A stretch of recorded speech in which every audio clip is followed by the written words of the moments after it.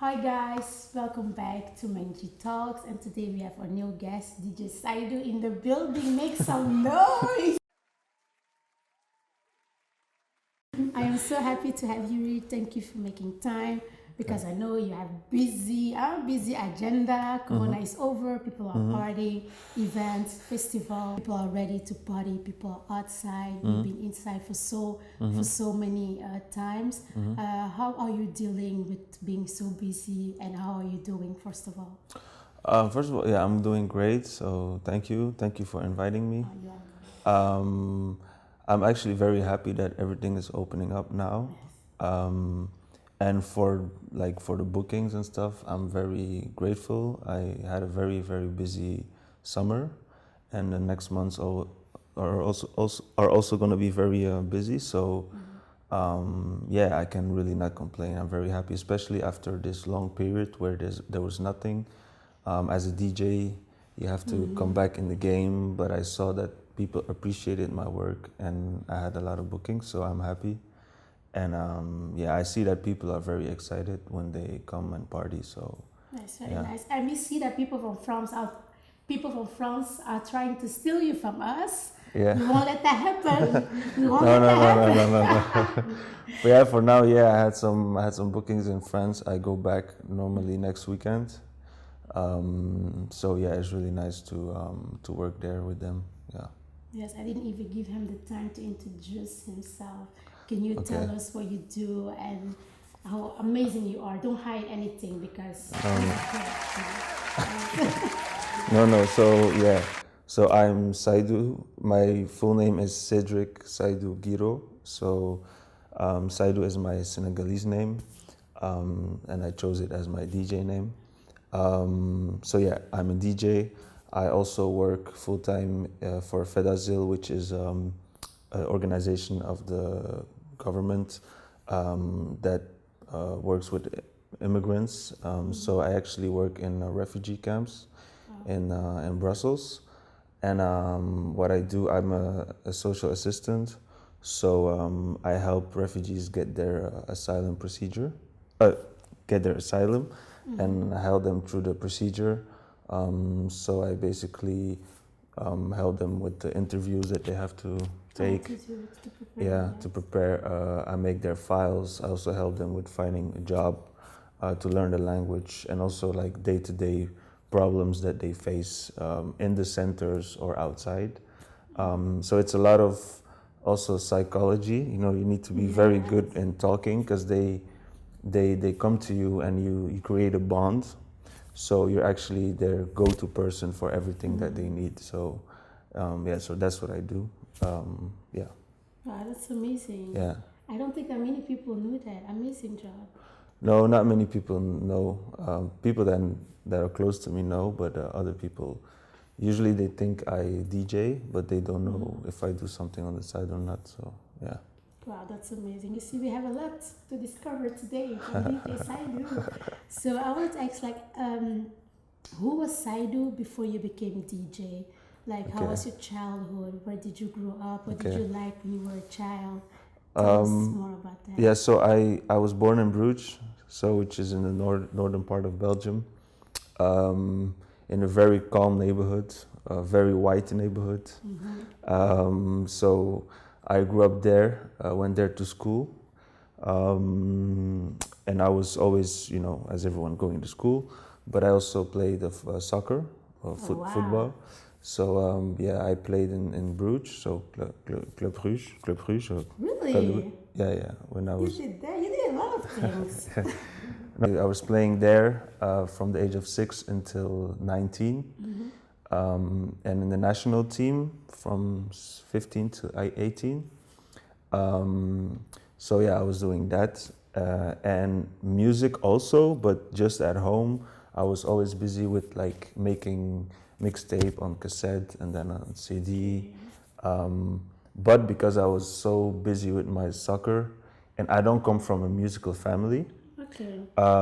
Because if you come from a musical family, maybe you're gonna be pushed into learning an instrument. But I was not in a musical family. We love music, but no one was like a musician. Yes, into it. So I followed the talent in soccer. And who was doing soccer in your family? No one either. But you know, soccer is just something like in a lot of also in families and also African families. It's like, hey, you're the next one. I didn't yeah, know. yeah. So you play, you know. But school was also important. But because I had the talent, I played, and then I grew, and then I almost got into the first team of Bruges. But music was really like something I really loved. So you know you love music at a very young age. Yeah. But I never did something with it because I had the other thing. So I grew up in Bruges, and then at 18, at 19, I moved to Ghent to study, political science. So then I did university until I was 26, because I did the masters in 6 years. And I combined that with a soccer career in second division. So I played in Roeselare. Yeah. Okay. So that's until I was 26. So combining those two. But I had a lot of injuries. I'm not saying I stopped because of injuries, because you know there's a lot of people. Oh, I was a good player, but injury. We know that. You know, like my knees. No, I could continue to play, but it's just like I was 26 and I was at a level where I was not making like millions. So it's like if you studied, you got to think, okay, am I gonna keep playing soccer and then have no experience in the work field when I'm 38, or am I gonna start, working on my career? So I had another injury when I was 26. So I was like, let me go for the summer after I graduated. So I graduated in 2016. Let me go to New York, because I tried before, and then I got an internship there at the UN and then the Belgian embassy. So I stayed there for 3 months, and I was gonna come back and play, but I just stayed. So I came back, renewed the visa, and I went back because I was not missing the football. Like, I was like, maybe I'm just gonna stop. And a new world opened for me, also professionally, like, and then you grow as a person. Because when you're in the soccer, sometimes it's soccer, but it was like a whole new world was opening, working with people, more like normal life, and that was really cool. So I stayed there for almost 2 years. Oh, wow. So that's still before you say DJ Saidou. So I came back in the end of 2017, and I was already making mixes at home, and I sent it to some friends just for fun, and they started to do like events, and people started to ask me, to come play, just like warm up to see, and then little by little. So this was like the end of 2017, and then beginning 2018, and by the summer 2018 started to come play in Brussels, and then things started as a DJ. Yeah. So it started. DJ Saidou was born in New York. I mean that's where I sent the mix to people when I was in New York.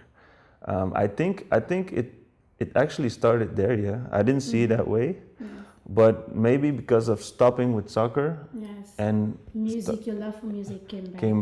Came out, Yeah. So I think that's maybe that's. And how was New York for you? New York was amazing. Like I actually, it's still my favorite city. For some people it's too hectic. Some people, they like to visit but just then go home, because it's very fast, very, very fast, and people go like, people say it is like about Paris, or London, but it's not even like not so close New York to is New York. Crazy. Yeah, it's crazy. So you have to like it. I liked it personally because of like culturally, music. There's so much like musical activities, and every genre. So every day of the week you can go outside and go somewhere, and there's something about music or art. Also, history. So I'm very, in tune with what in the history of America. I'm also like I'm a huge hip hop fan, so that makes sense, to place to be. You're there. place to be, yeah. And also it can frighten certain people to go alone, you know, but as a person, I'm someone who can be alone for a long time. I can also have fun on my own. I'm also always busy, so I don't have a problem with going somewhere alone and just discover. So that was like a nice thing to do. And all that at the age of 26. Yeah, I think that's, if there was no soccer, I would have gone earlier. Like I think I would have graduated maybe like in 2014. But yeah, so yeah, you have to do it. I'm glad I did it. Yeah. Very nice. I want to come back at the fact that you are 26. You are playing soccer at a good level, doing great with school, like finishing school, making decisions like that. What kind of support did you had to make such a big decision at a very young age? Mentally or financially, or both? Both of them. Both. Very important. Thank you. Well, I would say, I mean, financially is a quicker question to answer. When I started to play, so when I started to be an adult, I moved to Ghent and everything.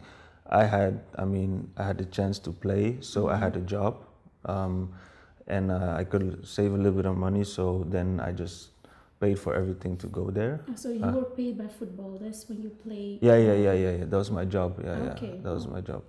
So it was not like a lot, but just like normal people who work. So,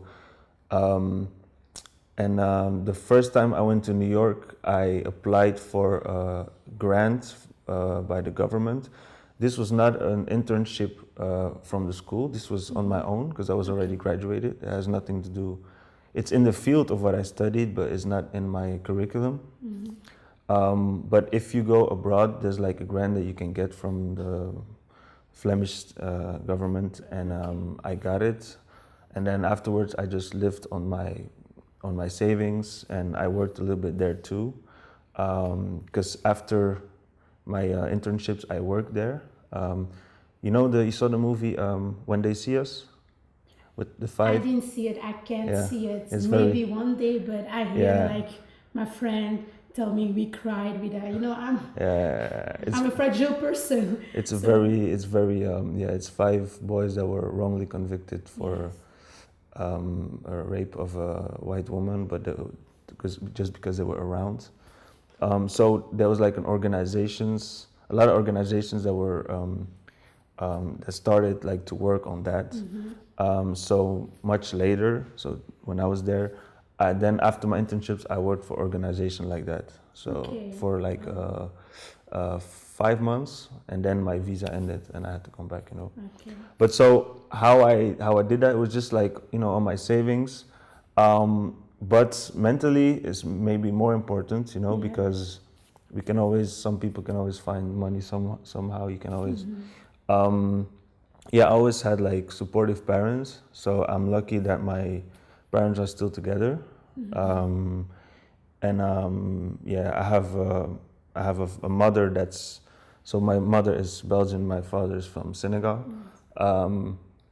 My parents, they are very different, but in a certain way, it helps me to be who I am.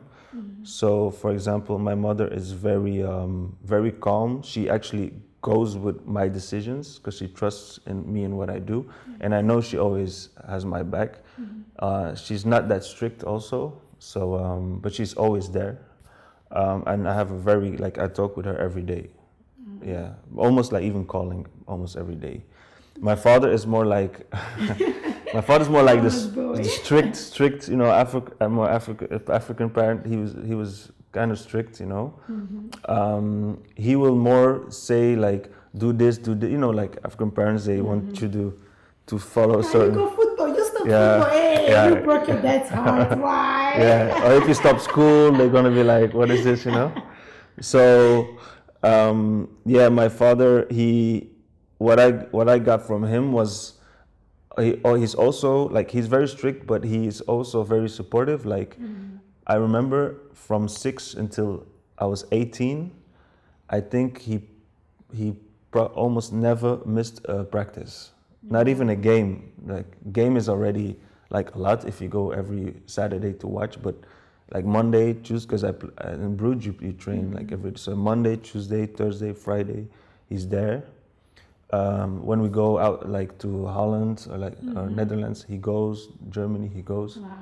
So he was always there. So that because of doing that, I had more like even more respect for what he's doing. Also, what he endured in his past, like the racism and everything in Belgium, because he was like one of the first black men in Bruges. So he did a lot in his life, you know. He experienced a lot. So if you have a father that experienced a lot, but then also gives a good example, then he's like kind of like your example, you know. Yes.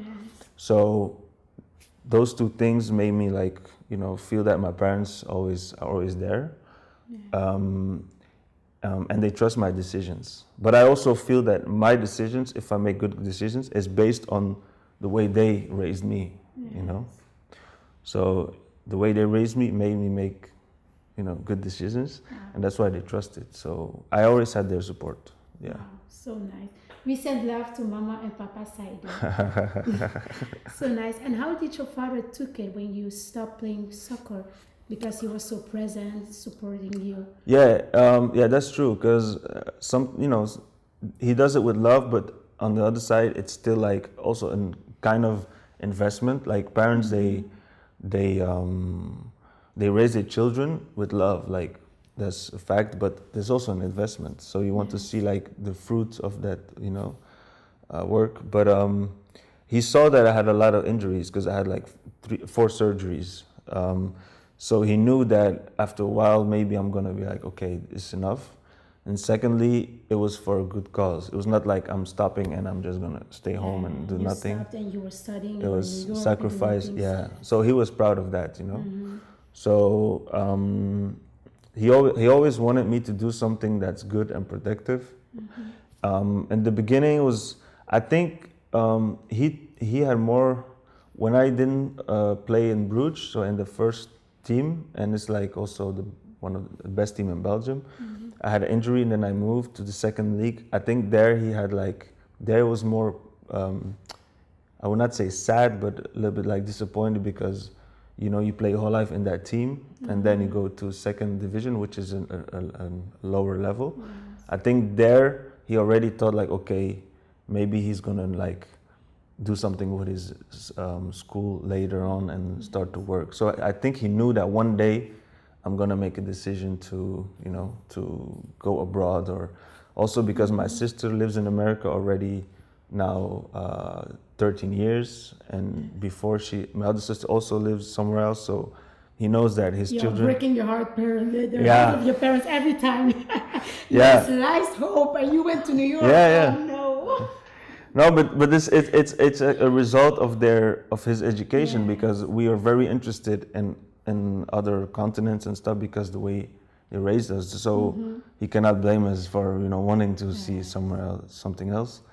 But yeah, I mean, I didn't feel like he was like disappointed like in like not supporting me in what I did after, you know. He was really supportive. So yeah. So nice. And you know, it's very amazing to hear you talking about soccer, because I thought like you are very a successful student with your master's in politics diplomacy. Yeah, political science, and diplomacy. Yeah. Okay, and now I hear that you did soccer, and now you're successful as a DJ. That's amazing. Thank you. you. Be really proud of yourself. It's nice. Yay! Look at my guests. Look at the people I bring to you. Please, I beg. But like for someone who does not have a background in music, or you didn't study anything that has to do in music, and now you have a successful career as a DJ, how did you grow in your passion? I think it started just at home. I mean, there's other people also that have parents that listen to a lot of music, like, so same for me, so that's not like special. But I think the fact that I also had two older sisters, because my sisters are 10 and 16 years older. So it's like my mother's, you know. And because I had them next to me, that was a huge influence, you know. And they were very in tune with the old music, but also the music at that time. So, for example, if I'm 4 years old, so it's 1994, I'm 4 years old, I'm not gonna go to the library and because I'm too young at 4 years, but they like listen to the R&B because at that time my sister was like, you know, almost like she was an adult. So I hear a lot of music that are now classics when I was very young because of that. So they also brought me to a lot of concerts when I was very young. I remember Michael Jackson's concert. Did you went to it? No, don't talk to me. It's over. You should not have to say sorry. It's over. It's over. You went to a Michael Jackson concert here in Belgium in Ostende. In 1996. I was not there. And where they do the horse riding. Yeah.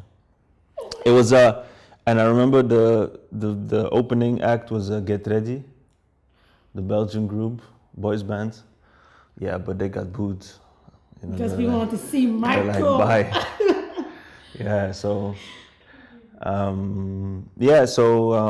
Michael. I mean, I saw like you know, like big artists at a young age, like, you know, James Brown, and then like a lot of people.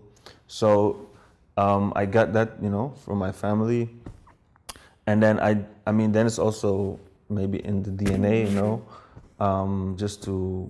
And when I was young and when I had my bike, I started to go to the library and listen to music.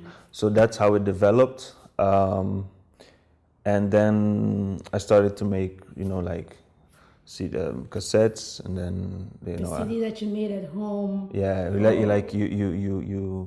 you go get a CD. Yeah. And then you play, you record, and then you put another CD, you play, and then you have like a cassette.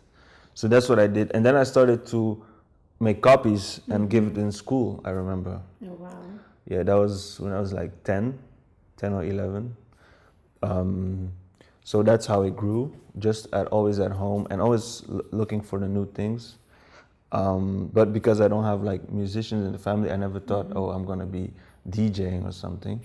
But then I started to buy equipment a little bit later when I was like 15 or 16, just to mix at home. So yeah, and then my musical knowledge expanded, and because I was like a real hip hop guy, and I also, you know, look at the origin from hip hop, I went back. So then I started to be very interested in soul, funk, blues, R&B, and you know, then I got more knowledge about like the 50s, 60s, 70s music.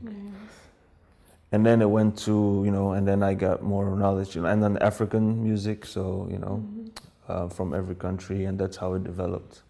And then the Congo, sometimes people ask me, how do you know like Congolese music? How do you know? You see, like Senegalese people, we adopted him, he's our adopted son.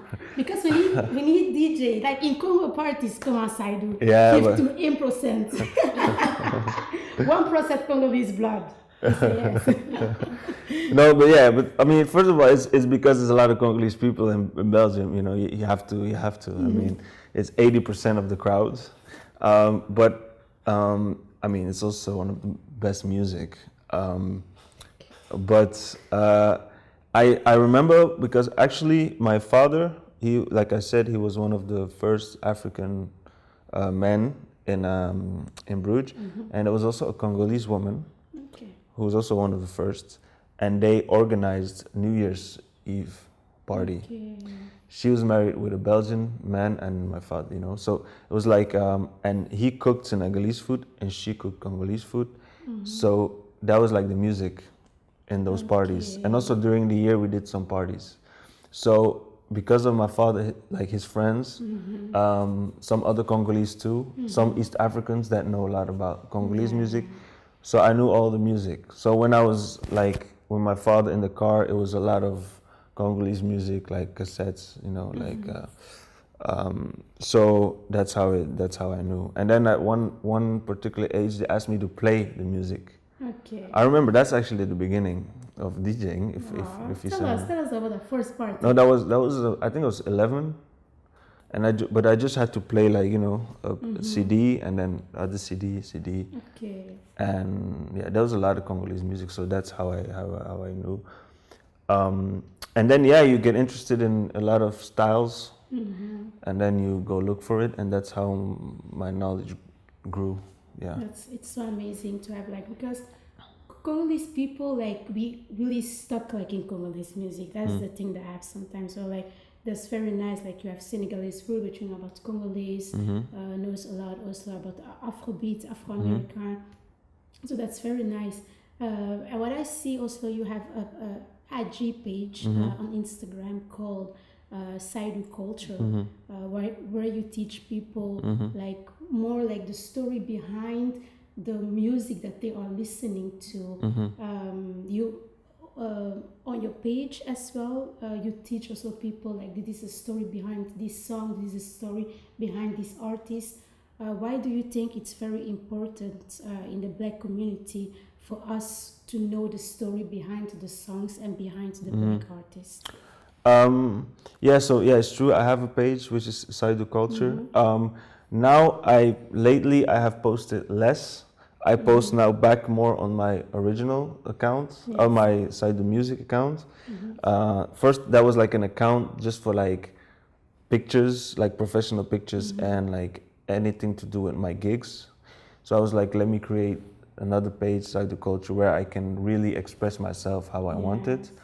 I saw that people liked it, so now I'm actually doing that on my original account more. So now I'm actually putting more stuff there again. And why I'm doing this is because music is not it's an art form, but it's a result of something else. It's culture. Yeah. So music is an expression of anything, joy, pain, anger, and especially in Black music, it's a lot of expression of pain, anger, and struggle. So for me, why is it important? Is because if you post music on your page,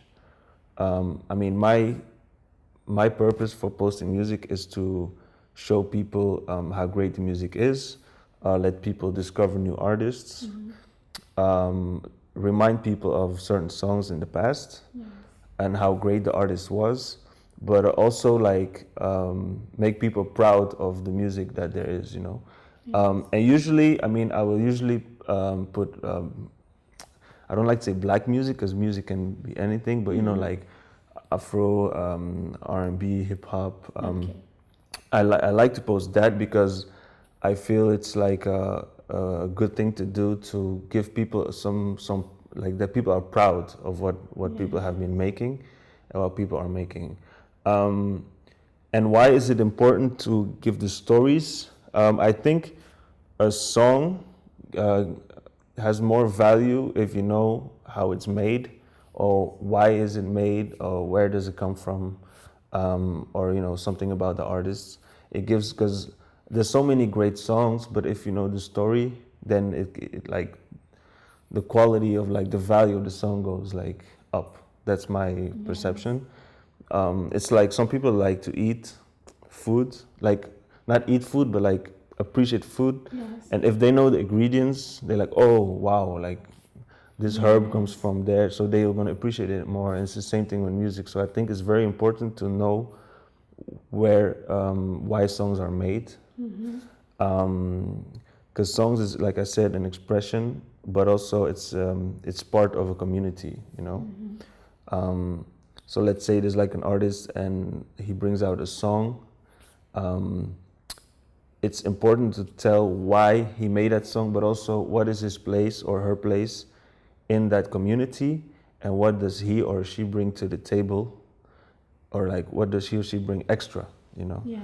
And I like to promote that, and all of this creates a kind of it gives people certain pride. Just to be, to say like, oh, look what we did, So if they see that on my page, someone else's page, people are proud of like our culture, and I think that's very important to move forward, because now you see like things are changing. So if you know where you come from, it's much better, to grow and to be like, okay, we can do this on our own, because I think that was a problem in the past, So yeah, that's why I just try to help in a certain way to promote Black music, but also it's just an expression. It's like, just whatever I think or want to say, I just post it. Yes, thank you. That's very important, because I remember you shared a song Familia Bell, and you put some information. That's something like this, that song Familia Bell, Nairobi. Yeah.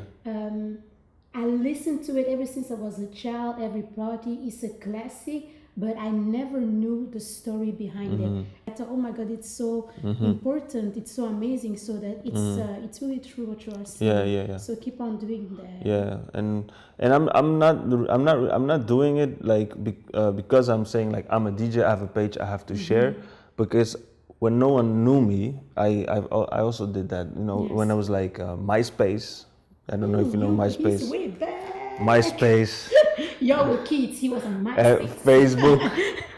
Facebook, everything. So it's like, let me just continue that, And I don't want to have like everyone does what he but I want to have an IG page which is like nice to see. I don't want to have like a page with like 500 selfie pictures of me. If I can use my platform to put some, I don't have problem with people to put selfie pictures, but if you're there for some business or like something you do as a work, and which is your passion, I think you can create more than just saying, okay, I play there, and then like just a picture when I'm DJing.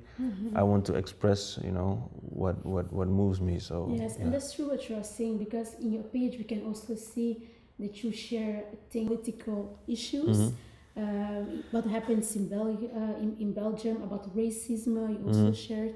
So it's very brave and nice, because you don't know which public you have. Some people just come for the music, and then they will see you post something about racism, you post something about being nice to women, and people will think like, what is this? Is this now music? We come here to have fun, and this guy is talking about social justice stuff. Yeah, I mean, but I think it's normal if most people are interested in that stuff. Like if I post something that's not music related, I also see that there's even more engagement from people than music. Okay. So if I put a mix, like people will share it a lot. But if I just put like a picture when I'm mixing, or a picture of myself, you get people share it, people like it, and so on. But if I put something that's about society, it gets even shared more. So it shows that people really like to read this stuff, and not only my page, just a lot of pages. I think the interest for those subjects is even sometimes bigger than music, because music is they listen to is nice, but then a lot of people are like with anger or like with frustration, so they agree when you post something and they share it. So I will keep doing it, and there's maybe some people that maybe less interest in those subjects, but I know I have mainly a Black community that follows me, so there's not a lot of people that be like, I don't want to read this. Like most people like it, and if there's people that would be like, he's saying too much, or it's like he's just a DJ. Yeah, keep it there. Or maybe they don't agree, but that's like a crowd that I don't need, If they say, for example, I said about refugees, and imagine someone says, he's exaggerating. Well, I mean, then you don't have to follow my page, Yes. And I don't put like extreme quotes. Like I say things, but I try to say correct, like, So and I think it's great for us to see different side of you, and that's something that I liked about you. The fact that I saw that, he's doing DJ, he's talking about social justice thing. oh, he studied, oh, he did that, and he's working there. And you know, it's this whole mix of you that makes things very interesting. To live in a society that learns us you can only be one thing. If you're a DJ, you are a DJ. If you're activist, you are activist. If you work as a social worker, you are only a social worker. If you live for the nightlife, you only live for the nightlife. You are an educated young black man, or you are not an educated black man, and you like to party and all that. But I see this whole mix in you. How do you navigate in those different worlds? I mean, I think me doing these different things, I don't think it makes, or there's certain other people that do the same thing. But a lot of people choose, that's true. But me liking those different things, I don't think it makes me that special, in a sense that there's many people that like different things. You know, you like certain cultural activities. If you're working, you like to talk about certain topics. You like to party. So I think a lot of people like different things. The thing is just that what I do is I made of those different passions or interests. I created a job for it. I mean, so I don't think me combining different aspects is special. I think a lot of people like different aspects. It's just difficult. It's true when that becomes your job, and that's a bit weird because people say, oh, DJ and working with migrants, it's like two different things, But someone who goes out, someone who works with migrants and goes out, everyone goes out. A lot of people work. So then there's no like.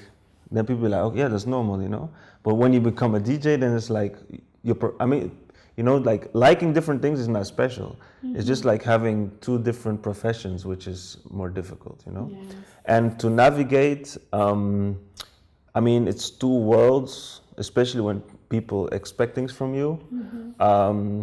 Because if you work and you like to go out, you just go with your friends, and you're still in your bubble. But if you work and then you work as a DJ, you have to be around other DJs, the organizers, the promoters, things they expect from you, and then it becomes more of a job.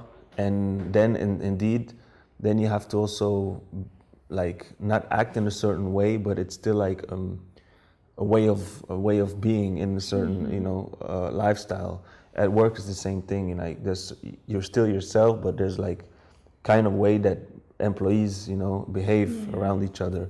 So it's actually very two different worlds. And to navigate, like you say, like in Dutch you say like een pet opdragen. Yeah. So do they know at your job that you're a DJ and going to France and doing all this? Now they start to know, and they also they're very like, oh, nice, they're interested, and they ask me stuff and I can combine it, but it's still like when you enter, I'm still myself, but it's two completely different worlds. Yes, okay.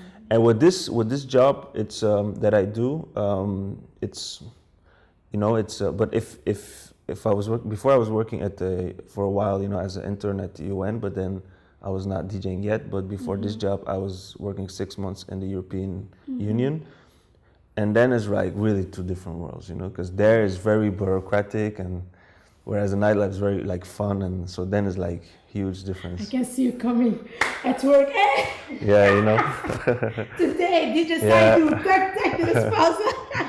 Yeah, so yeah, but to navigate, it's okay. Like you just have to be yourself and not change too much for people. And then, the most difficult thing is just the time, because Yes, you must be tired, man. Yeah, doing both things can work if you don't need a lot of sleep. But the most difficult thing is like everything else around it that normal people do, Social life. Yeah, like seeing your friends or go to eat, drinks, take time to read, watch shows, go to family, have a girlfriend, boyfriend, like all those things. There's like sacrifices, but because like if you work and then you gotta DJ until 1 in the morning, like during the week. You cannot do anything else. And if that's 2 or 3 times a week, and then the weekend, people see their friends at night, and I have to prepare a gig, you know, and then it's Monday again. So there's not a lot of time, and I like to go to gym at least 4 or 5 times a week. So that's like my time, my time, my free time. Yeah. Yes. So that's the most difficult thing, you know. Yeah.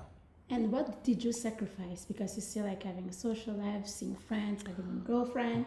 What part do you sacrifice? I would say I see my friends much less. I don't see my friends that much as before, when I was, for example, living in Ghent, and yeah, I see my friends less. Okay, they're now also like occupied. Some have children and stuff, so you know. There's 1, 2. I think, you know, investing time in for like a relationship, or not even a relationship, to get to know someone, you have to invest time. Time, and you are around the beautiful ladies all the time in the clubs. No, but who's gonna trust a DJ? Yeah. But yeah.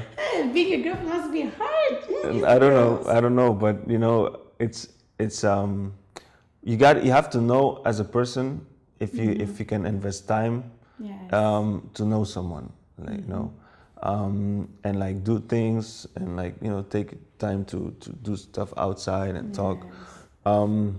And if you don't have that time, or you're not willing to spend time because you're like, I want to focus more on that, then maybe it's better to stay out of real dating. And then sometimes you have to be honest with yourself, if you know.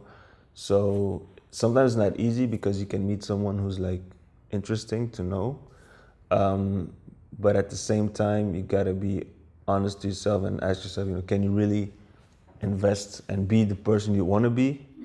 And by getting older, you understand that sometimes it's better to say it in advance, like you cannot be, you know, engaged in like, you don't want to really date, or you just like let people be. But it's very difficult.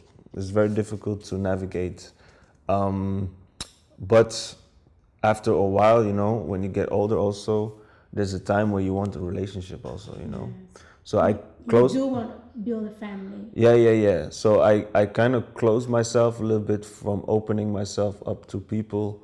I mean, I'm open and talking, but like, you know, focusing. Talking, like settle down. For like a couple of years now. But now I'm more open to it, but because on the other side, I want to have like a family, and then children also. So then it's gonna be. Then I think when that happens, then the sacrifice will be on the job side. So I think. Which job? Yeah, I don't know. So. No DJ Saidou no more. No. You have 5 years. Party, go out. So no, my thing was like, you know, you have your time. So I was like, let me focus on my work, because I didn't study for nothing, and I just also love my work. Let me study also on the work. Focus on the music, to be able to be in a situation where I can control my destiny as a DJ. You know, because in the beginning you depend on the clubs, the promoters. You know, you have to find your gigs. But when you get hopefully at a certain level, you can actually choose. You know, you can say, I'm not taking that gig. I'm gonna play there, maybe international. You know. So the more you grow as a DJ, the more liberty you get. You know, it's like an independent person, whatever you do. Okay. The more you get bigger, the more opportunities you have, but also the more confidence and the more choices you have to say, I'm not gonna do. You know, you can choose your own destiny. So what I'm trying to say is that I built my career, and I hope I can make my choices as a musician, because and I also start to produce now.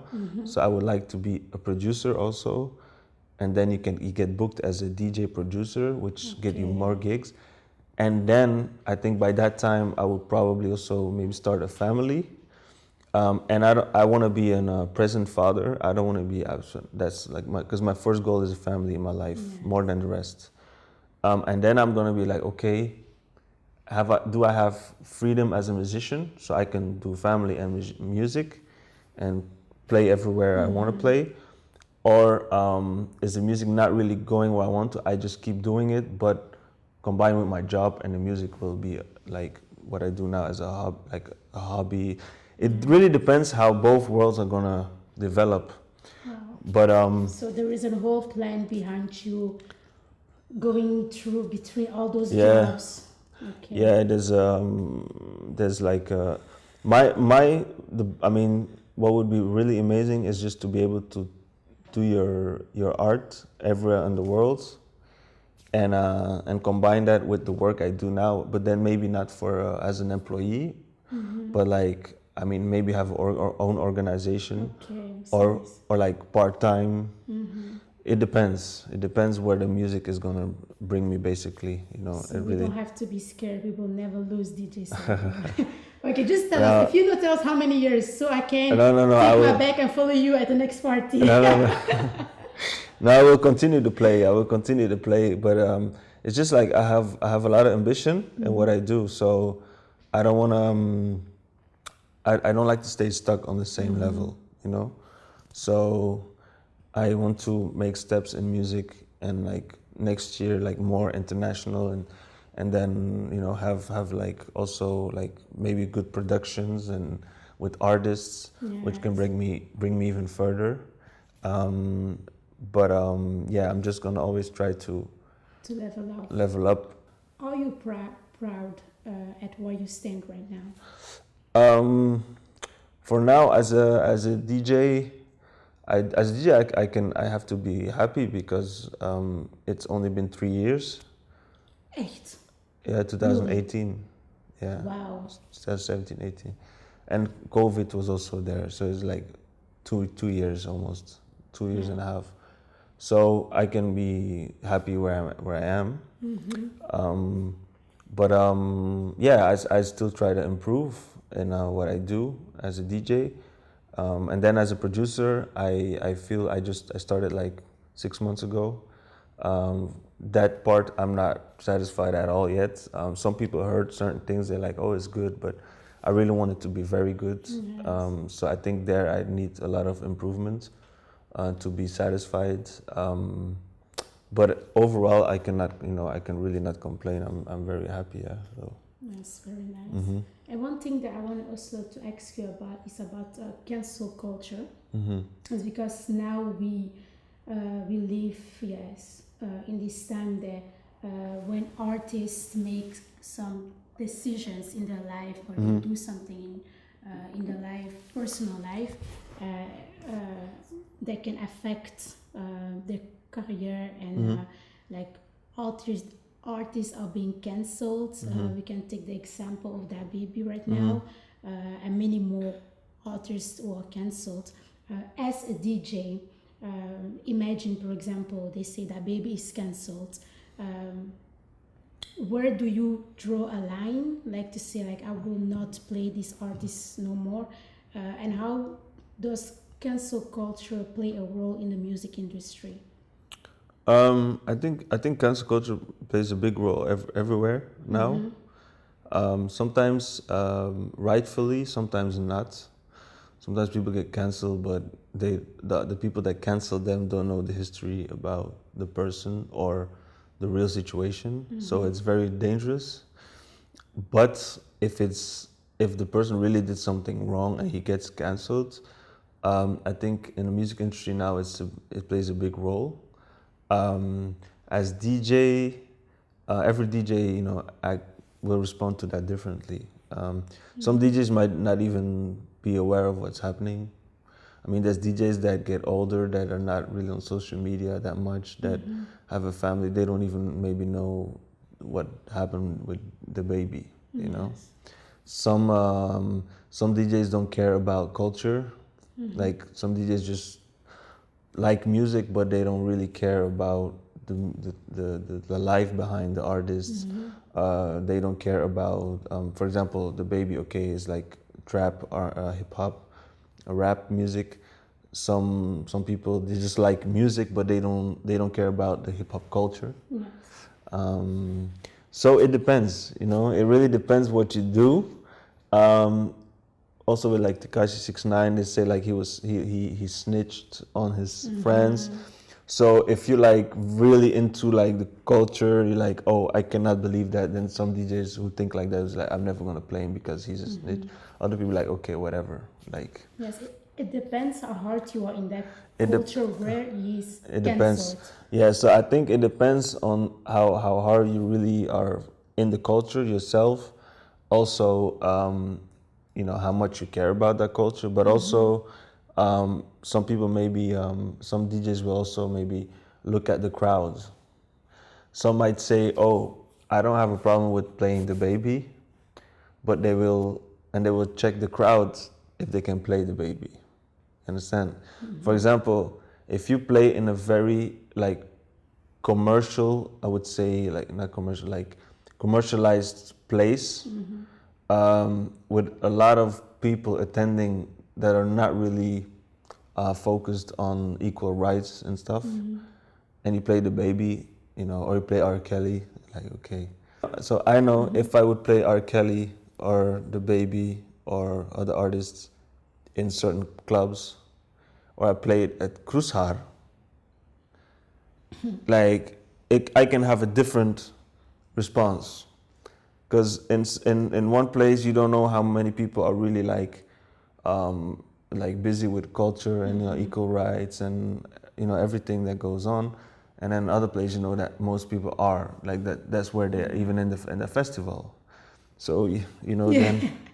Yeah, but that's besides what I believe myself, you know. But those are things that you can maybe take into account. Do you have artists that you say like those artists, because of this and that, I will never play them again? That's difficult. I mean, the baby. I didn't say that to myself, but until now I didn't play him. Tekashi, I didn't play him either. But just also because I don't think the music is good. I think it's really not good. You like cancel them. It's very difficult. Like there's moments I didn't play R. Kelly. There's moments I played R. Kelly. Okay. So it depends. It really depends. And also sometimes you have to like navigate. Like, okay, what did that person do as an artist, and like what is his catalog? You know, what did he do like as an artist himself, you know? Like it's also it's easier to say I'm not playing the baby than playing R. Kelly, even though R. Kelly is a real calm music, so now we don't play him that much.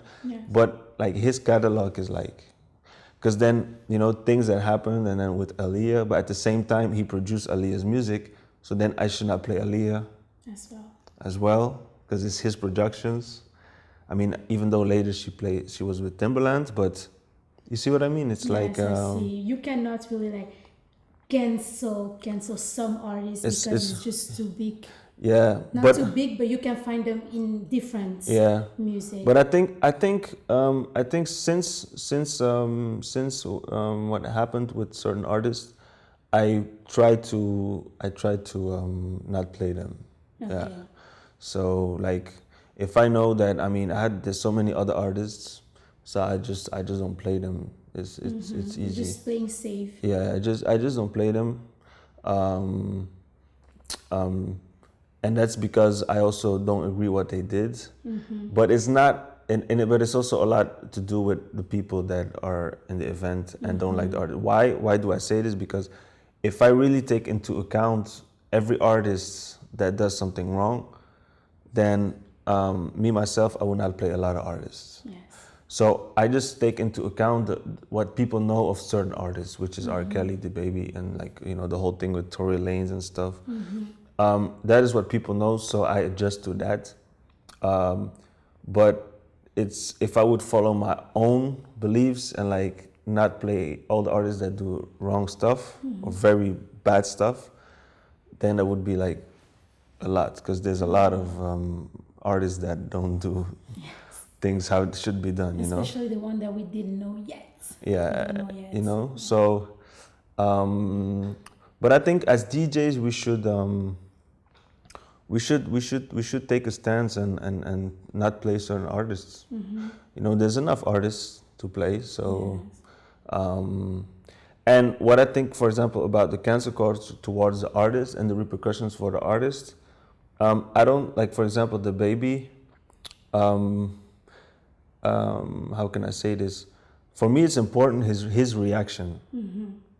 You know, so he says certain things, he acts a certain way, which is very wrong, which comes from his environment a lot. You know, so I'm sure a lot of his friends talk the same way. I mean, we have people here also. A lot of people talk like that. But to me, it's more like, should we cancel him now forever, or can people give him a chance if he, for example, said, okay, let me accept everything that comes. Let me erase certain songs, or let me show that I want to be open or learn more about certain topics. There's so many things that he can do.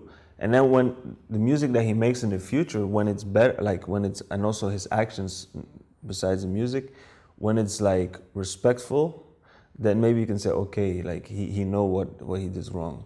Even though it's difficult to accept that he would say things and then say like, oh, I didn't know that was wrong. Like, it's 2021, you know what's wrong or not wrong. So maybe that's not an excuse. But I always say like, what is the artist doing now? You know, if he's trying to change something or not. Yes, and what I also think very often is that in the cancel culture, the problem that I have with it is that there is no place for mercy. There is no place to let someone learn something. It's just like, oh yes, cancel, done. Like, for one time, like, okay, it is very hard what he said, but we should have this space of learning that people can learn, and then to have mercy on people. I think it's really important. Do you want to say something about it? No, I agree. Like I said, I really think now it's important when someone gets checked on their behavior, what is the person doing, you know? Yes. If it continues, then you can like write him off. Yes. You know? Now I understand people you know, say things. I also don't like what he says or what he does. And but then it's like, okay, let's see from now. And if there's no change in behavior, yeah, okay, then like whatever. Sure. But yeah, so it's like people will always look at the artists and the music and like look at the background, you know, look at the private life, and to me it's difficult to, you know, to separate those two. I think people should separate to a certain extent, you know. If the person does really bad things, he should be checked for it. But artists are artists, they make music and they have their personal life. I think we should separate it in appreciating the music. But if we want to have like an idol, then it's normal that we check like what does the person do next to, you know, the music. Like, because it makes us value that artist even more, you know. So it's a normal thing to check and see how is the artist, you know. Like my favorite rappers, I mean, there's some that people might not know, but for example, Common is a very known rapper. Okay. He's one of my favorites because he's rapping, but also like, what is he doing? So I'm not separating those two. But if a rapper would do some stuff that I don't agree with, I'm still like gonna listen to the music, but maybe appreciate it a little bit less, you know? Yes. That's how it is. So we cannot separate it, but it's a balance. Yeah, it's a balance. And everyone has to see for himself and read a lot, check a lot of information, and see what you want to do with it. Exactly. Another question that I wanted to ask you, it is like, we know that colorism and beauty privilege plays a big role in many work fields. And I hope that you know that you're a very handsome looking young man. That's what you say. I don't know. That's what you say. Yes, but I do think so. Thanks. Do you see colorism and beauty privilege into the DJ world? And how do you try to be a voice for other people? As a DJ, I mean, I like to believe that I get booked for skills, because I mean, there's DJs. I don't like to talk about how handsome or not handsome, but there's DJs. Let's say a DJ with normal looks, he still get booked. I know many DJs that still get booked. So I don't think that I'm booked because of looks. I think I'm booked because of skills. But the more known you start to be, then it can be like an extra, Okay. For example, let's say I got booked 2-3 years ago. I started to get booked. I don't think because most of the promoters are like guys, and sometimes they don't even think like, oh, will the girls like the DJ? They just think like, okay, he's a good DJ, let's get him. But then when they start to see that you get bigger, and you start to see that some girls will like ask maybe for them, oh, is he playing? And then be like, oh, maybe he started to get success with girls. It can be a plus, I think. Yes. So I acknowledge the fact that it can be like a plus on the booking. But if I would be bad in DJing, I don't think I would get booked. True. To be honest. But like I said, the bigger, the more known you get, the more people that know you, and there's always gonna be maybe also girls that are gonna say, oh, that DJ, like, oh, I like him, he plays, and so then. Si c'est DJ Saidou, we are going. Let's up it. No, so I don't like to think that way, but maybe it's like that. I don't know, but if it can. Saidou, come on, be honest, be honest. But if it brings like 30, 40, 50 people more, like for a promoter, it's gonna like say, okay. So I think it does, but I think it's limited. Yes. Yeah, it's like a plus, Yes, and the reason why I am asking this question is because you are very much in the Afro community, African community. And we just know that colorism is a thing. And I remember one of your posts, I think it's maybe 2 years ago, 1 year ago, that you posted on, I think it was Facebook, that you talked about colorism and how sometimes how you see it yourself. And I think I said something about people or girls that say, oh, I want to have light-skinned babies like you or something. I say that's not a compliment. I think I said something like that. okay. I said that's not a compliment because first of all, I have black father. Second of all, most of my friends are dark skinned. And third, I usually fall more for dark skinned girls than light skinned girls. Yeah, dark skin, did you hear this? No. He's my brother, so if you want his number, like call me first, and you need to pay me like 10 euros for each hour. No, I'm not gonna go in like the details, like how like dark. What I'm now in this interview, I mean just like girls with 2 African parents, But usually some people say that, or people on the internet, or like sometimes like girls that are like white or whatever. I'm like, this is not a compliment at all. Like it's actually dissing people. So that's what I was saying. So yeah, and it's colorism, and I try to use my voice. I don't get. At this moment, I didn't get that much platforms. Like I'm also not in politics or something, where I would get a platform to talk. But I acknowledge the fact that I would probably have opportunities much faster than my friends to talk, just because I'm light skinned, And it has always been that way.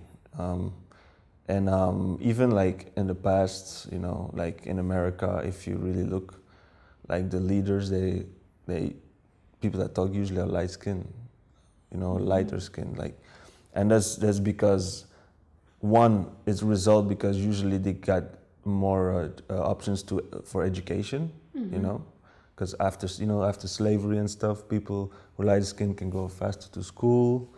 And they got more educated, and then they got, you know, more degrees and stuff. That gave them more options, but also like it was wisely chosen to put a light-skinned person as the communication person, you know, to give the message so the white people would not be like, you know. Yeah, too scared. And it's, you know, like even like, you know, like Malcolm X or the leaders of the Black Panthers, like, or Huey P. Newton, you know, so there's like all lighter skins. And I think today's the same thing. So I think as a light-skinned person, you should, and that's sometimes difficult because you have to speak about certain topics. Like sometimes I speak about certain topics. You have to use your position and your privilege to compared to your dark-skinned friends. But at the same time, there's people that don't agree anymore that a light-skinned person will speak for the community, and then you have to be very careful how you speak. Yes. You know, like you can address, for example, racism, but in your message you always have to show, you have to talk about the racism towards Black people in general, especially darker-skinned people than yourself, and also show them that you know that you're privileged. If you don't do that, some people will say he cannot speak because he doesn't know how it is. Like if I just there's some light-skinned people that would like talk about racism and like and they have like anger, you know. I experienced this, and there's 100% people that say it was not that bad, you know, you light skin, like, you know. Come on. Like, Too sensitive. yeah, too sensitive. Or you don't know how it is to be dark skinned, Yeah. which is true, you know. And as for me, because you're asking, you know, about colorism, I've experienced racism, and much more than lighter skinned people today that are now 16, 17. Because where I grew up, there was no Black people. Yes. Like there was You maybe were Black. so yeah so Yeah. so then I was the person that they laugh with the hair, whereas now in the same area people would not even look like, they would not make racist comments. They would focus on the darker skinned people. Yes. So I experienced it, but I really acknowledge that it's not on the level as my friends, and I get probably like, you know, opportunities that they might not have, even though I still get discriminated, but probably less. And today I experience more, I would say maybe Islamophobia, because people think sometimes, you know, I'm Arab, with the beard and stuff. Oh my God. Yes. So I think I experienced much more that than racism before, you know. But using my position, I think is very important to do. I think we should keep doing it. So for me, as a light-skinned person, I will continue, you know, to talk about certain topics. I will also address the fact that other people got it like worse than me, and I'll also try to push that other people, so darker-skinned person, get the platform instead of me. Yes. I mean, it's good that I can talk, but it would even be better that we have dark-skinned people talking everywhere, you know? Yes. That would be the best thing, you know? Because now on television, people sometimes they get a chance to talk, but it's still like, you know, it's like, and if you have, or they would put a lighter skinned person, or they would put a dark skinned person that says things that the wider community likes, you know? It's not strong voices. Usually like the strong voices get shut down. Yes. But those are the voices of what really happens. So you get like a voice that is just like polished. It's like, oh yeah, it's true, yeah, racist, but it's very polished. Yes. So that's also like something that we really have to, that really have to change. So we have to, the people that get this platform, they have to use it. Yes, Yeah. Very nice said. Thank you. There's something that you want to say to maybe a young boy who's watching us and who thinks about being a DJ, who admires your work? Is there some motivation that you want to give? Just the last thing that you want to say. I think you should do it if it's your passion. If it's not your real passion, my passion, I really mean passion. Like, I don't mean like listening to music. It's like always wanting to know new music and like coming late to places because you're like at home checking, like that's before being a DJ. So if that's your passion, I think you should do it. Practice a lot at home, and always remember what, how can I say, remember that you have the passion for the music. Because when you start to get gigs, there's going to be places sometimes you have to adjust yourself to the crowd and you might lose yourself. Because there's places you have to play certain music that you maybe like less. In the beginning, you have to do it sometimes, because it gets you gigs and because if you have the skills, But you always kind of have to follow your identity. That's, for me, the biggest advice I got that advice from a couple of DJs that I really like. And they always told me, like, follow your own identity is very important. Yeah, I advise people to always follow their identity and not change, because you will see when you get booked, there's gonna be gigs that think they know you're a DJ, but they don't know exactly who you are and what you like. So they might not really know like how much how you as a DJ like their concept. They sometimes some people don't know. They don't research. So you have to really, at the end of the day, in the long run, stay into your, and follow your identity, and always keep like trying to improve, keep improving, and always stay humble and also respectful to the people who book you, even if it's the smallest parties or the biggest parties, because those are the people that gonna bring you up, like, because now if people sometimes talk about me, it's the people that booked me 2-3 years ago that still talk about me.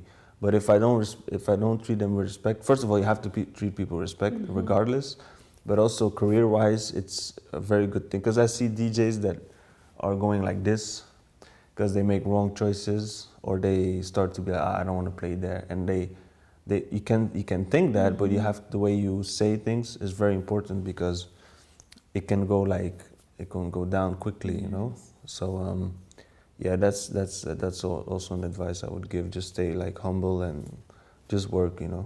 Yes, stay humble. And work. Boyoki. Boyoki. T'as compris? Yeah, t'as compris. Stay humble and work hard.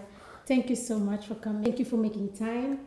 And thank you for being that voice in our community. You're welcome. This was the end. You're welcome. I love you guys. Until next time. Bye.